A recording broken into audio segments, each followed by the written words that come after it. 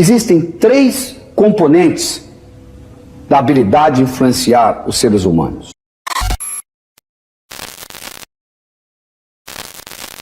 Nós vamos discutir o que eu chamo a mágica da influência.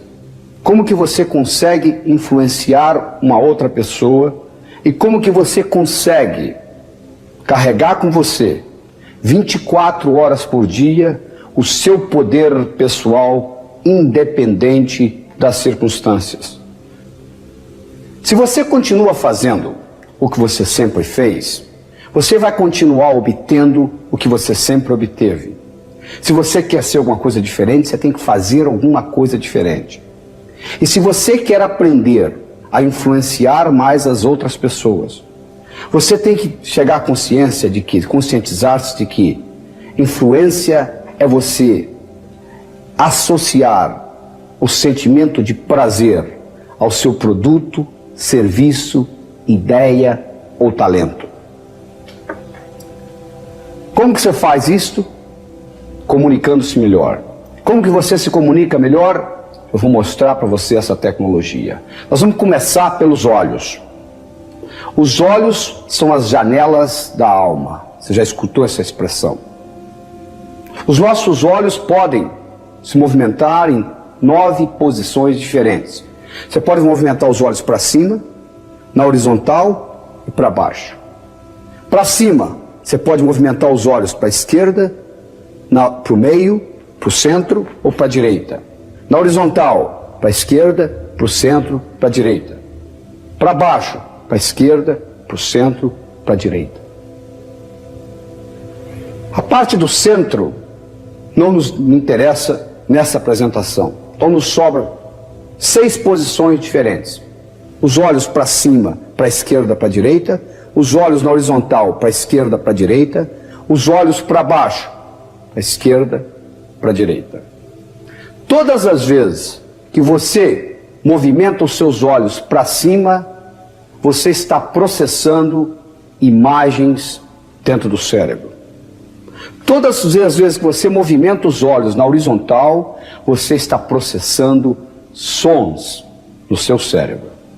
Todas as vezes que você olha para baixo, para a esquerda, você está conversando com você mesmo. E todas as vezes que você olha para baixo, para a direita, você está tendo sensações corporais e está tendo sentimentos. Por exemplo, você nunca viu ninguém deprimido olhando para cima. Se eu descrever para você alguém deprimido aqui ao lado, e lhe perguntar a posição dessa pessoa, você vai dizer, cabisbaixa.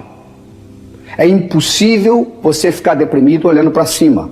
É impossível você ficar deprimido jogando voleibol, por exemplo. Você pode estar com a maior depressão do mundo. Você entrou numa quadra de voleibol, imediatamente de vôlei, imediatamente a sua depressão acaba.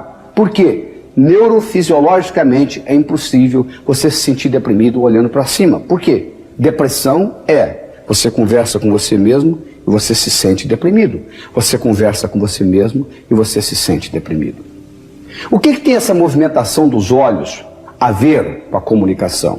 Tem a ver o seguinte: todo pensamento que você tem, seja ele qual for, ele pode ser desmembrado em 3 componentes. Um componente visual, um componente auditivo e um componente sinestésico. Ou você, vamos supor o seguinte, você começa a recordar um evento agradável que ocorreu na sua infância. Então, para você lembrar desse evento, você tem que pensar em imagens, acrescentar ou não sons e ter sentimento agradável. Qualquer coisa que você pensar é desmembrado em 3 componentes: visual, auditivo e sinestésico.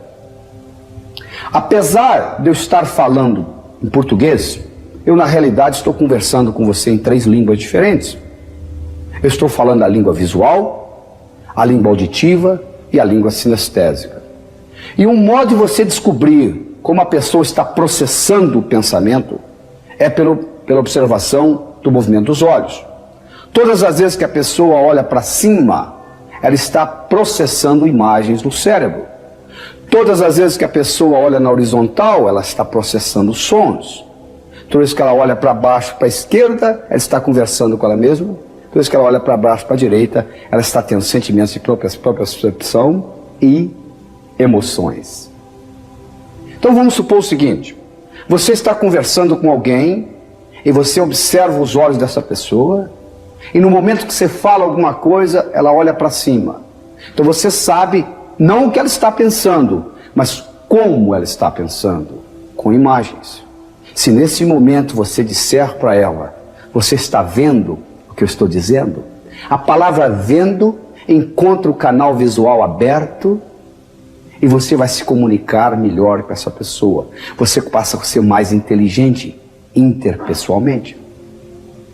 Se você está prestando atenção na pessoa falando e ela simplesmente diz o seguinte, ela não só diz, ela movimenta os olhos para baixo, para a direita, e você então diz: como que você se sente com relação ao que eu estou dizendo? A palavra sente encontra o canal sinestésico aberto. Então essa pessoa vai se sentir mais à vontade conversando com você. Existem 3 componentes da habilidade de influenciar os seres humanos. Um deles é a palavra, o segundo é o tom de voz e o terceiro é a fisiologia. Palavra, tom de voz e fisiologia. Então vamos discutir isso com carinho.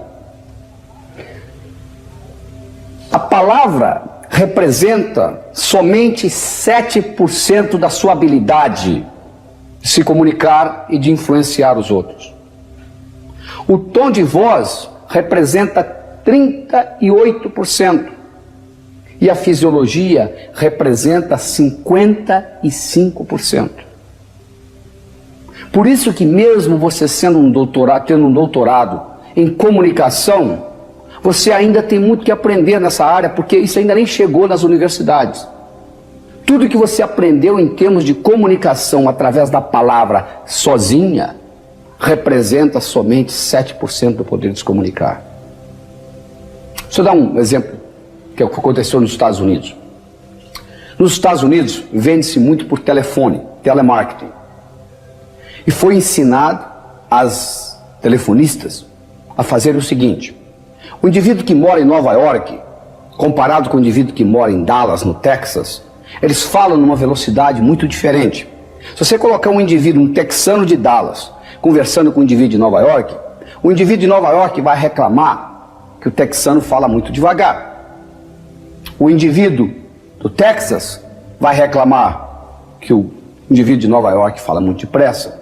Então foi ensinado às telefonistas o seguinte, que elas iriam assumir a mesma velocidade de voz da pessoa com a qual elas estavam falando no telefone. Se a pessoa falasse devagar, elas falariam mais devagar. Se a pessoa falasse depressa, elas falariam mais depressa.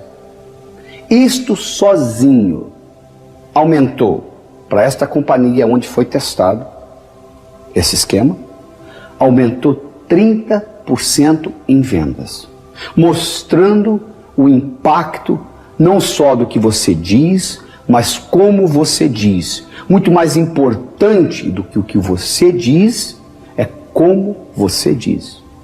E a velocidade com que você fala é fundamental comparando com a pessoa com a qual você conversa. Então agora para frente você vai se lembrar do seguinte: se você está conversando com uma pessoa que fala muito depressa, aumente a velocidade da sua voz um pouquinho, da sua fala. Se você está conversando com uma pessoa que fala muito devagar, diminua a velocidade da sua voz um pouquinho. E só aí você está aumentando a sua capacidade de influenciar em pelo menos 25% a 30%. O terceiro componente é a fisiologia. Representa 55% do poder de se comunicar. O que é a fisiologia? A fisiologia é o modo como você coloca o seu corpo em comparação com o corpo do outro.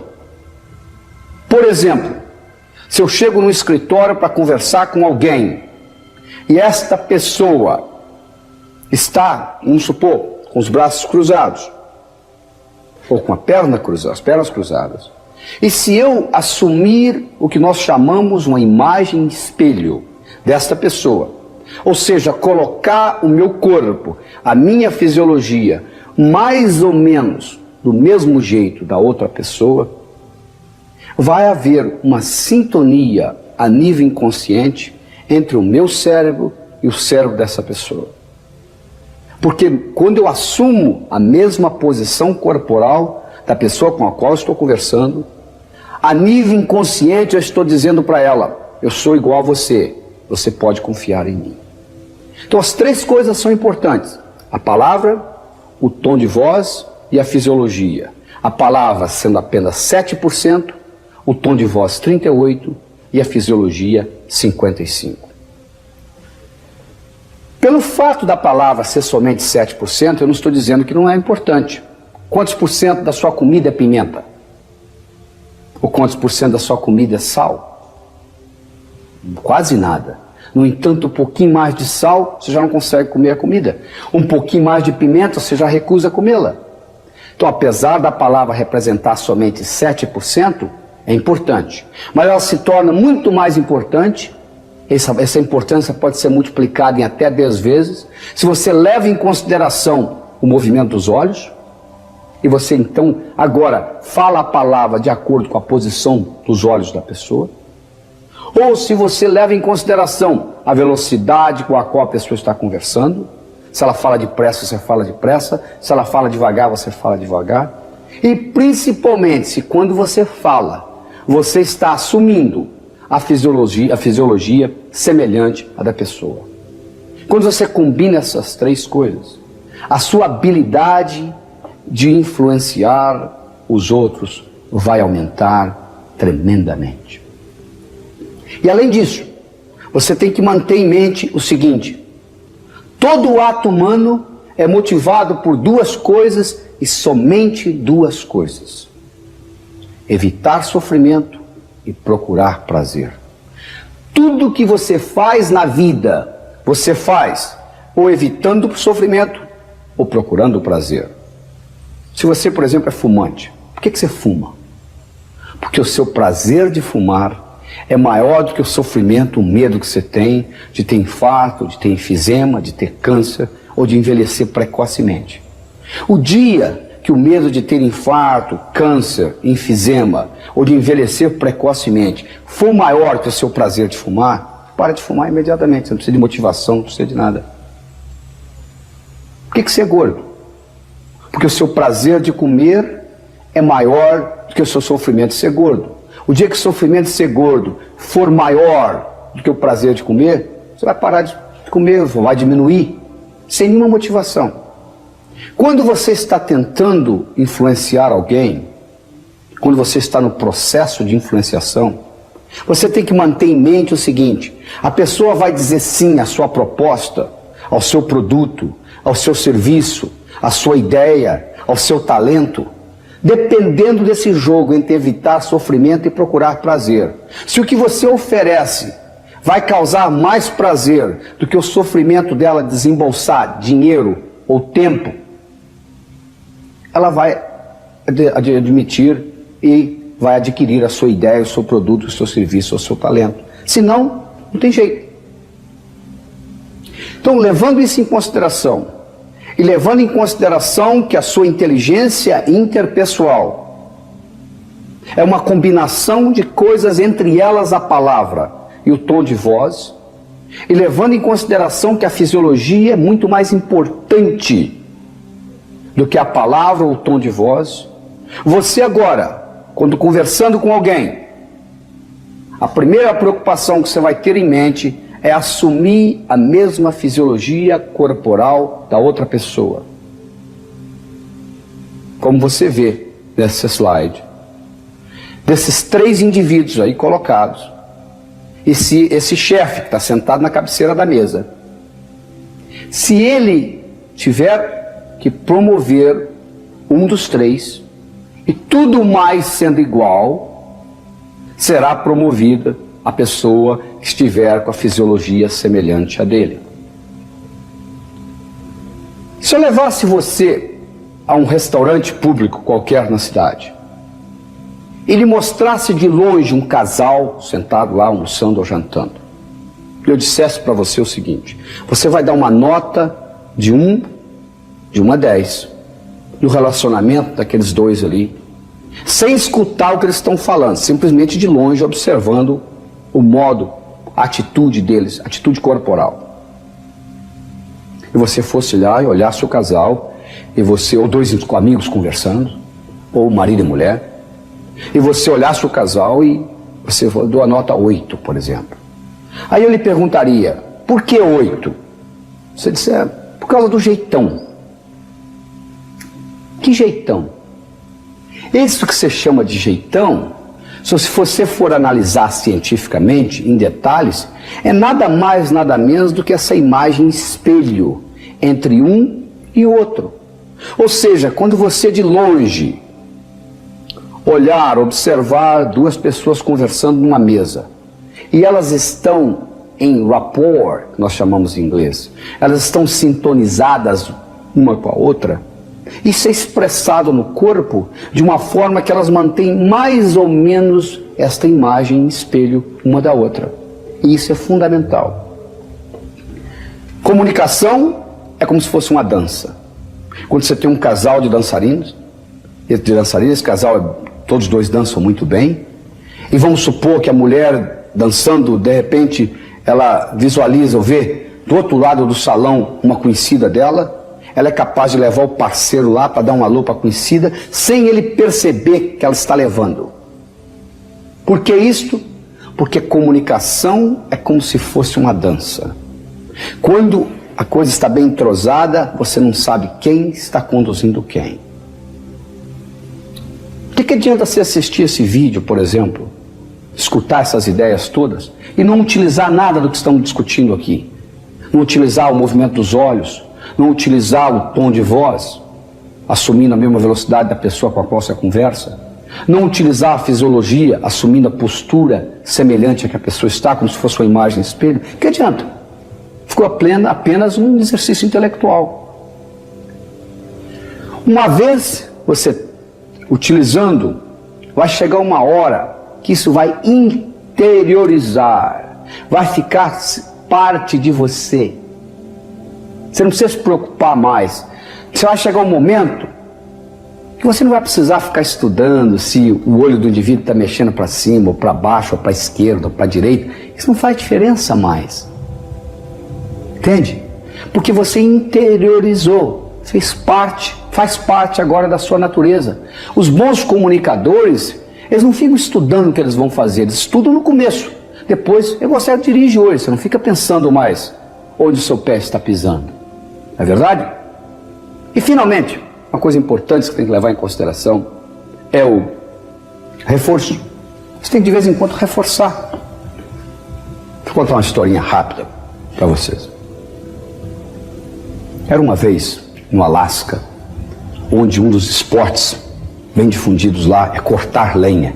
Do mesmo modo que nós jogamos futebol no Brasil, um dos esportes nacionais, onde há competição no fim do ano, etc. e tal, é de lenhador. Então toras enormes são colocadas, cada um recebe um machado, uma audiência, todo mundo assistindo, torcendo. Tem campeonato de lenhador, quem é que corta uma árvore do mesmo diâmetro mais rápido. E às vezes tem maratona em cortar lenha, 8, 10, 12 horas cortando. Era uma vez um lenhador famoso, conhecido, que todo mundo na região sabia que ele era bom. Um dia um jovem ouviu falar a respeito desse lenhador e ele se apresentou ao lenhador como discípulo. Ele disse: ouvi falar que você é um mestre em cortar lenha e eu estou aqui para aprender o ofício. O lenhador o acolheu, disse: fica aí, vamos trabalhar. E o discípulo foi aprendendo, até que um dia, como ocorre com a maioria dos discípulos, ele decidiu que ele sabia mais do que o mestre. Então ele resolveu desafiar o mestre num corte de lenha. E o mestre aceitou. Marcaram o dia, a hora, chamaram o pessoal para assistir, 2 toras do mesmo diâmetro, e eles iam fazer uma maratona, quem cortava mais lenha, num período de 8 horas. E a competição começou. E o discípulo, bem mais jovem do que o mestre, estava curioso se o mestre estava conseguindo acompanhá-lo no mesmo pique. E de vez em quando o discípulo dava uma olhadinha para ver como estava o mestre. E para surpresa do discípulo, quando ele olhava, o mestre estava sentado, segundo ele, descansando. Ele pensou, velho, né? Está velho já, coitado. E o concurso, a competição continuou. E quando chegou o final do dia, foram contar, o mestre ganhou. O discípulo não entendeu, como é que pode? Foi conversar com o mestre, eu não entendo. Todas as vezes que eu olhei para você, você estava sentado, as vezes que eu olhei para você. Como que agora no final você consegue ganhar? O mestre disse, sentado não, eu estava amolando o machado. Você cortou lenha o dia inteiro e esqueceu de amolar o machado. Então diminuiu o corte, então o seu esforço aumentou. Então é a mesma história na fase da comunicação. De vez em quando você tem que parar e fazer isso que você está fazendo, assistir um vídeo desse. Porque na realidade o que você está fazendo aqui é amolando o machado para melhorar a sua inteligência interpessoal, a sua habilidade de se comunicar com os outros. Eu gostaria de terminar enfatizando para você o seguinte, que o que diferencia um amador de um profissional é persistência e paciência. Por quê? Porque Roma não foi construída em um dia. A sua inteligência interpessoal não vai ser aumentada da noite para o dia. Mas se você rever esse vídeo outras e outras vezes, eu lhe garanto que você vai ser mais inteligente interpessoalmente. Muito obrigado.